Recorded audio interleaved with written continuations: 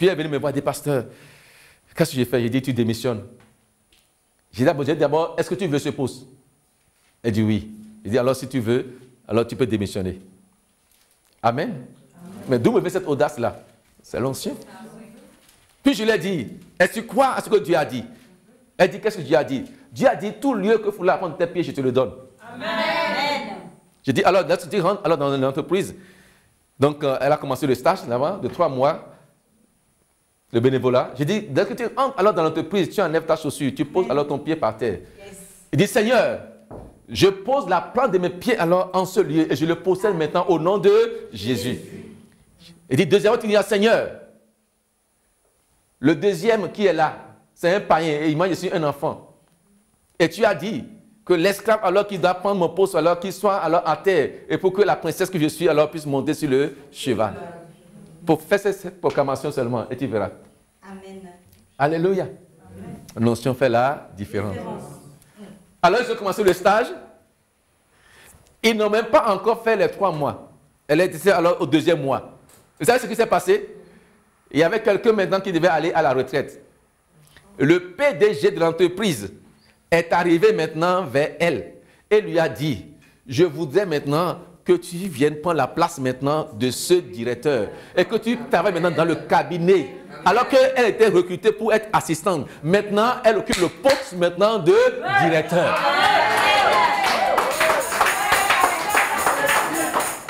Alors, il s'est parti maintenant à l'heure qu'Odi là, puis elle était là. Les autres directeurs la regardaient. Mais qu'est-ce qu'elle fait ici là? Tout le monde la regardait. Et à cette réunion, ils font la dégustation. Donc, celui-là qui faisait passer les choses à déguster, l'a sauté. Il dit, mais celle-là, elle n'est pas directrice, qu'est-ce qu'elle vient faire? Donc, quand elle vient à son niveau, il la saute. Et puis, le directeur se lève et dit, pourquoi toi, tu n'as pas été servi? Il dit non. Il dit, pourquoi? Il dit, chaque fois qu'il vient à mon niveau, il me contourne. Le directeur dit, à partir de ce jour, sache que maintenant, elle est une directrice. C'est là tous les autres ont dit, mais depuis quand? Stagiaire, devenir directrice. Dis à quelqu'un, c'est ça l'onction. Alléluia. Stagiaire, elle n'a même pas fini le stage. Elle passe maintenant à la position de directrice. L'onction fait la différence. L'onction va te distinguer. Amen. Le directeur même, c'est le PDG. Elle n'a pas fait demande pour non. Le PDG est venu dire, toi là. Amen. Amen. Qu'il en soit ainsi pour toi au nom de Jésus. Alléluia. Aujourd'hui, qu'est-ce qu'on voit dans l'église? On voit dans l'église alors des chercheurs de miracles, au lieu que nous soyons des producteurs de miracles. Montrez-moi là où Dieu a dit dans la Bible que alors vous irez chercher le miracle. Montrez-moi. Mais Dieu a dit, voici les miracles qui accompagneront ceux qui auront cru. Les miracles doivent vous accompagner. Vous devez être des producteurs de miracles. C'est vous qui devez faire le miracle. Mais aujourd'hui, c'est vous qui courez. D'église en église, tu cherches quoi? Onction. Quelle onction? Tu l'as perdu? Alléluia. Non, mon frère, ma soeur. Il dit, voilà les miracles qui accompagneront ceux qui ont cru. Je crois en Dieu, je crois en l'onction. Et je vais alors me connecter à la source de l'onction. Et je suis convaincu qu'il doit me oindre. Si ma vie est consacrée à lui, si j'ai soif de l'onction, amen. Si j'ai un désir ardent d'expérimenter l'onction, je suis convaincu que mon Dieu me l'accordera. Amen. Alléluia. C'est pourquoi j'aime vraiment ce papa de l'Afrique, Mamadou Kanambiri, qui disait qu'il a parcouru le monde entier. Quand il entend alors il courra, il va à Toronto, il va aux États-Unis, il va chez Benekin. Benekin a imposé les mains, il a volé comme un pigeon. Mais il a fait tout ça là. Il a fait tout ça là sans trouver l'onction qu'il recherche. Mais il était dans sa chambre au Burkina Faso. Et c'est dans son petit pays du Burkina Faso que Dieu l'a visité. Il dit, mon fils, pourquoi cours-tu? Non, ce dont tu as besoin n'est pas là-bas. C'est moi qui donne l'onction. Qui donne l'onction? C'est Dieu. Alléluia. Mais maintenant, Dieu peut utiliser qui il veut pour te l'accorder. Alléluia. Aujourd'hui, on a beaucoup plus de chercheurs de miracles que de producteurs de miracles. Alléluia. Mais ça doit changer au nom de Jésus de Nazareth. Amen. Dis à quelqu'un, dis Seigneur, où est moi ce soir?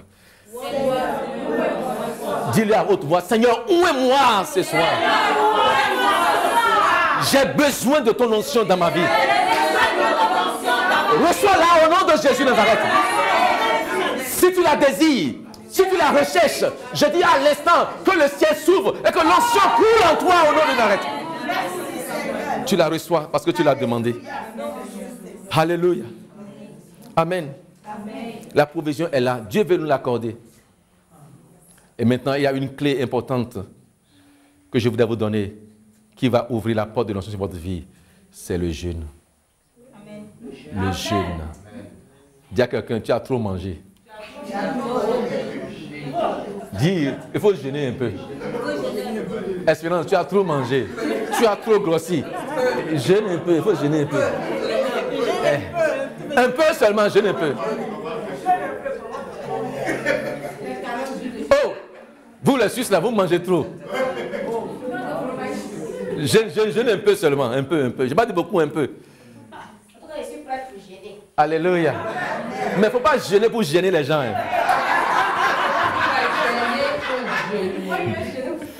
Alléluia. C'est-à-dire que ton jeûne est un sens. Amen. Je ne jeûne pas pour maigrir. Si c'est pour maigrir, alors ce n'est pas la peine. Mais je jeûne pour chercher la face de Dieu. Je jeûne pour chercher Dieu. Je jeûne pour que Dieu se manifeste dans ma vie. Amen. Mais jeûner pour maigrir, ce n'est pas la peine. Va chercher les produits pour maigrir. Alléluia. Mais je jeûne pour chercher la face de mon Dieu. Amen. Le jeûne est un puissant outil de consécration de sa vie à l'Éternel. Parce que ce n'est pas facile de jeûner. Oh. La nourriture est bonne. Mais jeûner encore, c'est meilleur. Alléluia. Amen. La nourriture est une bonne chose, oui ou non? C'est bon de manger, oui ou non? Amen. Mais il faut manger tout le temps. Amen. Il y a un temps pour manger. Il y a aussi un temps pour jeûner. Et quand le temps de jeûner arrive, il faut jeûner pour chercher la face de Dieu. Amen. Pour se connecter à Dieu. Amen. Le jeûne est un outil très important. Jeûner pour plaire à Dieu. Amen. Et non pour plaire aux hommes. Dans 2 Corinthiens 11, verset 27, la Bible nous parle de Paul qui faisait beaucoup de jeûnes. Il faisait des jeûnes répétés. 2 Corinthiens 11, 27. Il faisait aussi des jeûnes répétés. Alléluia. Et nous aussi, si nous voyons la vie de Paul, l'impact que alors Paul a eu dans sa génération, je crois qu'il est aussi important pour nous aujourd'hui que nous puissions prendre exemple sur cet homme de Dieu. Il dit, j'ai été dans le travail et dans la peine exposé à de nombreuses veilles, à la faim et à la soif, à des jeûnes multipliés, au froid et à la nudité. À des jeûnes multipliés. Amen. Aujourd'hui, on dit que Paul a eu de l'impact dans sa génération, mais il a payé un prix. Amen. Il a travaillé, il a eu faim, il a eu soif, et il a fait aussi des jeûnes multipliés. Et donc, tout ce que nous voyons aujourd'hui, c'est le résultat du prix qu'il a payé. Amen. Paul voyait le jeûne comme un moyen d'accroître l'onction. Le jeûne comme un moyen d'accroître l'onction de Dieu sur notre vie. Tu es déjà loin, c'est vrai, mais tu peux encore accroître ton onction. Car il y a plusieurs niveaux d'onction. Là, on en parlera dans les jours à venir. Amen. Alléluia. Et pendant que Paul alors jeûnait, au moment où il faisait ses jeûnes multipliés, on voyait aussi alors qu'il grandissait en puissance. Amen. Au point où les gens le voyant disaient, même les dieux, alors nous sont venus sous une forme humaine. Amen. C'est-à-dire que l'onction est tellement si forte dans sa vie, Dieu agissait alors à travers lui d'une manière palpable, au point où les gens commençaient par comparer Paul à un Dieu.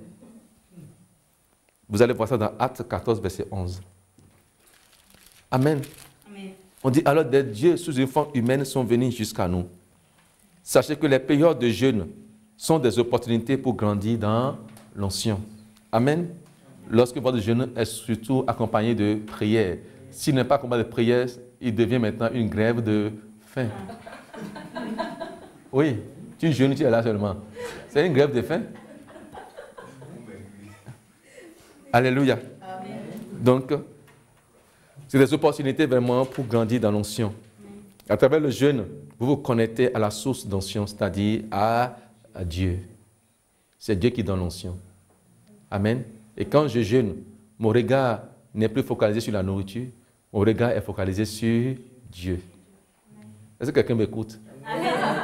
Parce qu'il y a des gens, quand ils jeûnent, c'est là maintenant qu'ils voient les meilleurs mets. Les mecs qui n'ont plus mangé là, ils ne commencent pas à penser à tel mec. Non, je vais finir. Quand je vais finir là, c'est ça, je vais prendre le gigot, je vais prendre ceci, un gigot d'agneau, un gigot de porc. Ils ne commencent pas à voir alors tout ce qu'il a mangé il y a longtemps. Alors là, il est déconnecté de la source d'onction et le diable tourne son regard vers les choses de ce monde. Non. Quand je suis en train de jeûner, mon regard doit être tourné vers le ciel. Amen. La seule chose alors qui m'intéresse, c'est Dieu. Alléluia. Que Dieu nous aide à entrer dans cette grâce. Amen. Amen. Donc jeûner, c'est une bonne chose. À travers le jeûne, c'est-à-dire tu vas faire augmenter le niveau d'onction qui se repose sur ta vie. J'ai dit tout à l'heure, lorsque j'exerce le ministère, l'onction qui est sur ma vie se vide. Je transmets l'onction.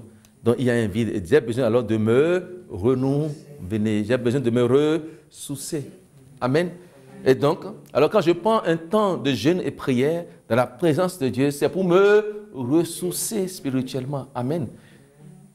Alléluia. Donc voilà pourquoi cela est très très important. Le jeûne nous reconnecte encore à la source d'approvisionnement, c'est-à-dire à Dieu. Donc c'est une clé très importante qui nous permet de nous mouvoir dans l'onction, de baigner dans l'onction et d'agir continuellement dans l'onction de Dieu. Amen.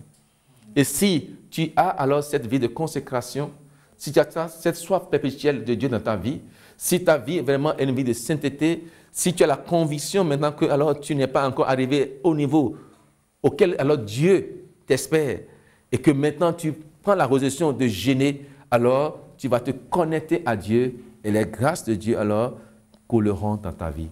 C'est-à-dire, Dieu va ouvrir le robinet céleste et il va déverser en toi maintenant l'onction. Amen. Et ça coulera dans ta vie. Amen. Alléluia. Amen. Pour que toi, tu puisses marquer la différence dans ta génération. Amen. Une autre clé qui permet aussi d'entrer dans cette bénédiction, c'est la louange. Amen.